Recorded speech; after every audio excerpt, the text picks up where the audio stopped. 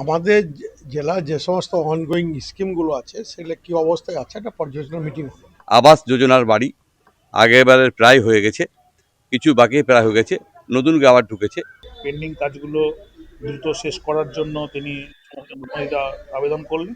রাজ্যে বিধানসভা ভোট আসন্ন, তার আগে মুর্শিদাবাদ জেলায় কি পর্যায়ে আছে সরকারি বিভিন্ন প্রকল্পের কাজ, কোন প্রকল্পে আবেদন কত, কোন ব্লকে কোন প্রকল্পের কি স্ট্যাটাস, তথ্য জানতেই মন্ত্রীর 3 সাংসদ, বিধায়ক, সভাধিপতি, চেয়ারম্যানদের সাথে উচ্চ পর্যায়ের বৈঠক মুর্শিদাবাদ জেলা প্রশাসনের। বৃহস্পতিবার বিকেলে বহরমপুর সার্কিট হাউসে মুর্শিদাবাদ জেলা শাসক নিতিন সিংহানিয়া, মুর্শিদাবাদ পুলিশ জেলার পুলিশ সুপার ধৃতিমান সরকার, পুলিশ প্রশাসনের কর্তাদের সাথেই বৈঠক করেন মুর্শিদাবাদের জনপ্রতিনিধিরা। বৈঠক প্রসঙ্গে আর কি জানালেন মন্ত্রী আখরুজ্জামান।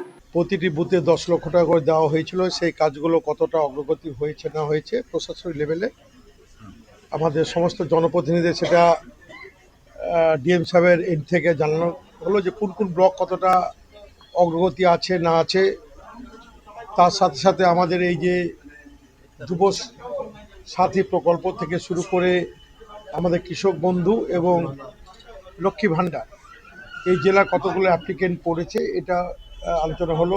এসআইর আবহে 28 তারিখ চূড়ান্ত ভোটার তালিকা প্রকাশের সম্ভাবনা, সেক্ষেত্রে আলোচনায় কি এই প্রসঙ্গ উঠে আসে? কি পদক্ষেপ নিতে চলেছে জেলা প্রশাসন, কি জানালেন জঙ্গিপুরের বিধায়ক জাকির হোসেন? বিভিন্ন বিষয়ে আলোচনা হলো। এবার এসআর নিয়ে সমস্ত নাগরিকের নাম থাকবে, পরে হয়তোই হবে নাম উঠবে, সেগুলো নিয়ে মানুষের আস্থা না হারায়, লয়েন না হারায়। আমাদের সরকার আছে এবং সুপ্রিম কোর্ট যে গাইডলাইন দিয়েছে সেই গাইডলাইন আমরা চলবো।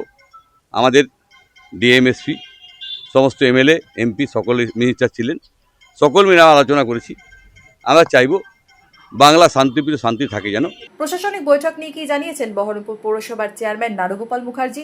আজকে ডিএম সাহেব মূলত যে ডেভেলপমেন্টের স্কিমগুলো রয়েছে এবং যেগুলো পেন্ডিং রয়েছে ওগুলো পথশ্রী, আমাদের স্বনির্ভর গোষ্ঠী যে বিভিন্ন রকম এজেন্ডাগুলো ছিল, তার সঙ্গে আমাদের বাংলার বাড়ি এবং আমার পাড়া আমার সমাধান, সেগুলো নিয়ে বিস্তারিত আলোচনা হলো।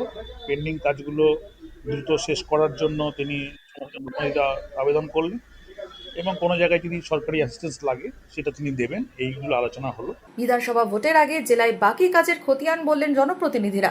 বৈঠকে বাড়ল প্রত্যাশাও। Bureau report, imagine community media.